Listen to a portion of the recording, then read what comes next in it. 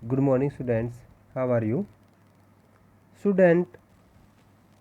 Last का जो video था वो हमारे प्रदीपीय पठार के बारे में जो है हमने जाना था। आज जो है हम भारतीय मुरस्थल के बारे में जो जानेंगे, उसका अध्ययन करेंगे कि जो भारतीय जो मुरस्थल है उसका कितना विस्तार है और भारत के यह कौन से हिस्से में आता है। कहते हैं कि जहाँ आज भारतीय ये मुरस्थल है, कभी ज़माने में जो है इस क्षेत्र के अंदर जो है वो समुंदर पाया जाता था। उससे पहले हम जानेंगे कि भारत के अंदर ये कौन से दिशा के अंदर जो है ना यह स्थित है। भारतीय मुरस्थल अरावली पहाड़ियों के उत्तर पूर्व में स्थित है और इस स्थान पर जो है बालू के जो है टीले पाए जाते हैं, बरखान पाए जाते हैं। ओके फ्रेंड्स, यहाँ पर बरखान जो वर्ड है ये एक तरह की आकृति है और यह आकृति जो है जो अर्धचंद्राकार की जो आकृति है वैसी इसकी आकृति होती है, जैसे लाइक इस तरह की जो है वो आकृति पाई जाती है। यहाँ पर जो है पूरे साल 150 मिलीमीटर जो है वो वर्षा होती है, जिसके कारण जो है यहाँ की जो वनस्पति है वो शुष्क वनस्पति पाई जाती है। और उसके बाद कहता है कि मेसोजोइक जो युग था उस युग के अंदर जो है इस क्षेत्र के अंदर जो है वो समुंदर का जो है ये हिस्सा माना जाता था। इसकी पुष्टि यानी कि ये एविडेंस हमें जो मिले हैं वो है कि जो जीवाश्म पार्क में उपस्थित जो परमाणु तथा जैसलमेर के निकट ब्रह्मास्त्र के आसपास के समुद्री निक्षेपों से होती है। यानी कि हमें एविडेंस मिले हैं, उस एविडेंस के कारण ही जो ना इसको ये है माना जाता है कि आज जहाँ भारतीय जो मुरस्थल है जो कि करोड़ों साल पहले जो है उस क्षेत्र के अंदर जो है समुद्र पाया जाता था। यद्यपि इस क्षेत्र की भूगर्भिक चट्टानें जो है उसकी संरचना प्रदीप पठार का विस्तार के साथ ही माना जाता है। यहाँ पर जो है अत्यंत शुष्क दशाओं के कारण जो धरातलीय आकृति है उसमें भौतिक अपक्षय और पवन क्रिया जो है वो उस चट्टानों को जो है वो अपरदित करती है। यहाँ की जो प्रमुख जो स्थलाकृति है उसमें रेतीले टीले हैं, छत्रक चट्टान और मरुदान जो है वो पाए जाते हैं। देखो बच्चों, जो छत्रक जो चट्टान है उसमें क्या होता है कि जो चट्टानों की जो आकृति है वो उसका जो ऊपर का सिरा है वो जो है वो बड़ा पाया जाता है और नीचे का जो आधार है वो छोटा पाया जाता है। इस तरह की जो आकृति के चट्टान पाए जाते हैं उनको जो है मशरूम से भी बोल सकते हैं या छत्रक जो है इसको भी बोल देते हैं। उसके बाद कहा जाता है कि जो मुरस्थल है उसको दो भागों में जो है हमने डिवाइड किया है। एक तो जो है सिंध की ओर ढाल वाला और दूसरा जो है वो उत्तरी भाग जो कच्छ के रण की तरफ जो है ढाल वाला जो दक्षिणी भाग इसका माना जाता है। यहाँ की अधिकतर नदियाँ अल्पकालिक हैं। नदियाँ जो है ज़्यादा लंबे टाइम नहीं बहती, जब बारिश होती है तो उसी टाइम जो है कुछ ही नदियाँ बहती है और इसमें जो है जो लूनी नदी जो है वो एक सबसे महत्वपूर्ण जो है वो नदी मानी जाती है। यहाँ पर अल्प वृष्टि और अधिक वाष्पीकरण के कारण जो है यहाँ पर जो है जल हमेशा जो है वो उसकी कमी जो है वो पाई जाती है। नदियाँ जो है वो अधिक दूरी तय नहीं कर पाती और इस क्षेत्र के अंदर जो है नदियाँ अक्सर जो है वो लुप्त हो जाती है। और साथ के साथ आपको ये भी बता देता हूँ कि इसके अंदर जो नदियाँ हैं वो मोस्टली नदियाँ बहुत सी नदियाँ हैं जो कि खारे जल की नदियाँ हैं। और जब नदियाँ जो है झील या पलाय में मिल जाती है उन्हें पलाय झीलों का जल खारा होता है, जिसे नमक बनाया जाता है। जैसे सांभर झील जो है वो भारत के अंदर जो राजस्थान के अंदर ही है और वो एक खारे जल की जो वो झील है। उसके बाद नेक्स्ट टॉपिक जो है वो हमारा है तटीय मैदान। देखो बच्चों, नाम से पता चल रहा है कि मैदान है लेकिन वह तटीय समुद्र के किनारे हैं। तो यहाँ पर जो है हम बात करते हैं कि ये मैदान जो है वो समुद्र के साथ साथ समानांतर जो है ये फैले हुए हैं। भारत के अंदर जो है मैदानों को जो है तटीय मैदानों को दो भागों में जो है हमने डिवाइड किया है। एक तो जो है वो पश्चिमी तटीय मैदान और दूसरा है पूर्वी तटीय मैदान।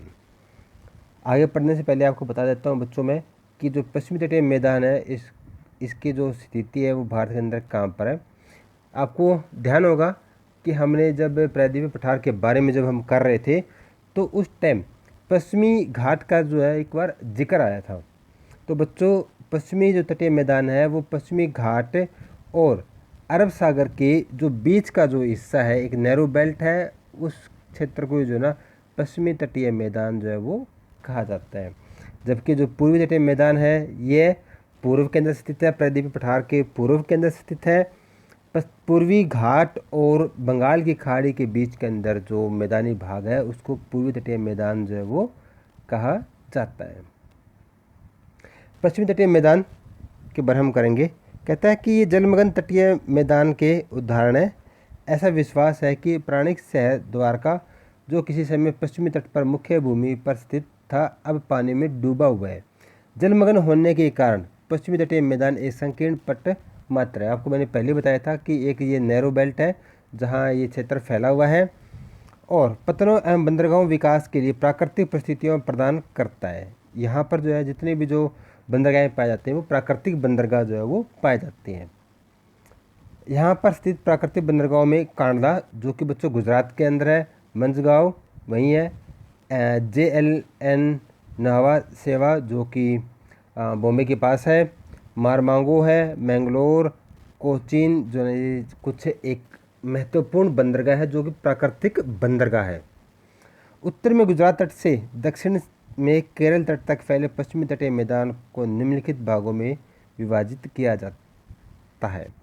सबसे पहले कहता है कि गुजरात का कच्छ और काठियावाड़ तट, गुजरात का जो कच्छ का रण है वो इसी का भाग है, काठियावाड़ भी उसी का भाग है, और महाराष्ट्र का कोंकण तट और गोवा का जो है जो मालाबार जो है तट वो इसको इतने भागों में डिवाइड करते हैं।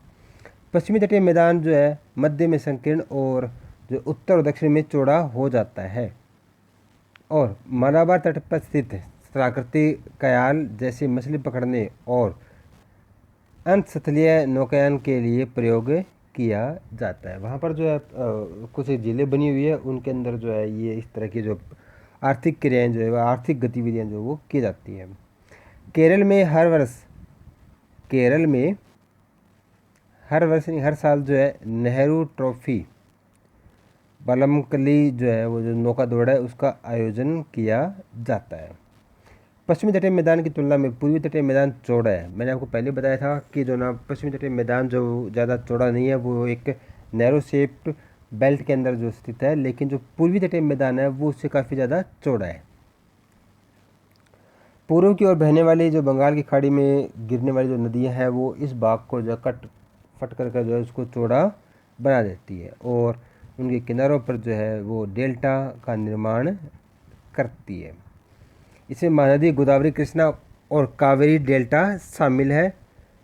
उभरा तट होने के कारण यहाँ पतन और पोताश्रय कम है।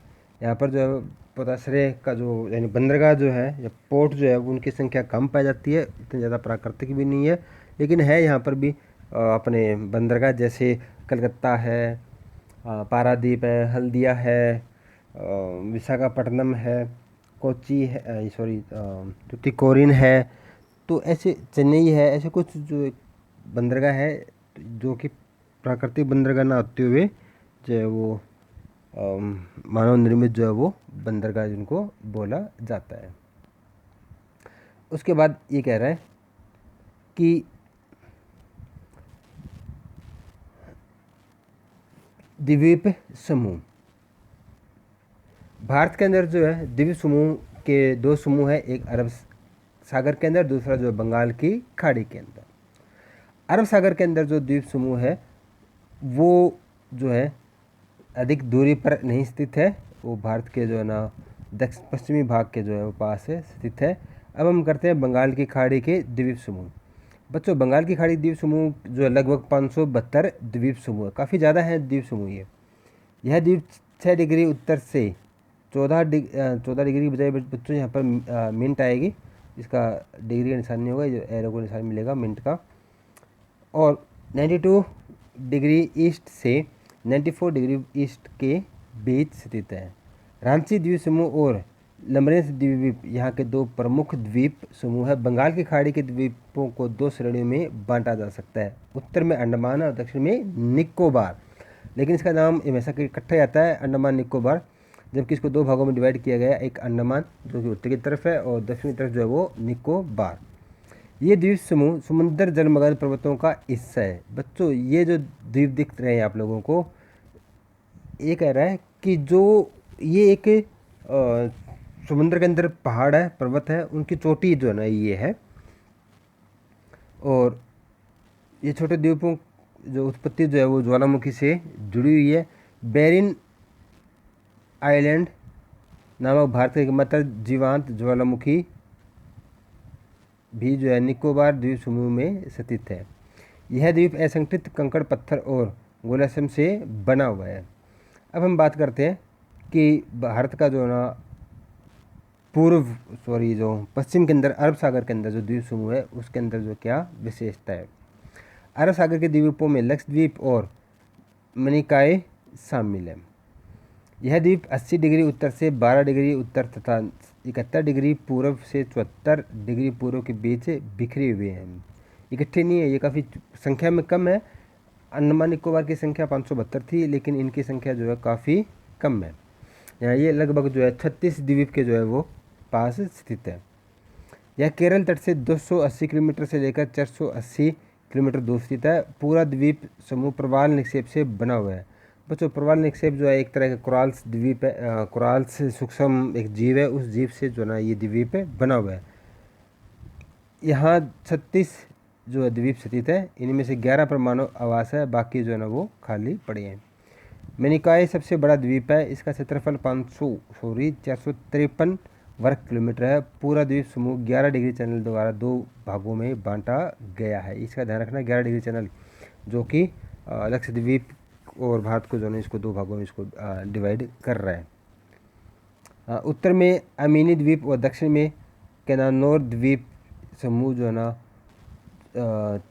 तूफान निर्मित जो पुलिन है उनसे बने हुए हैं।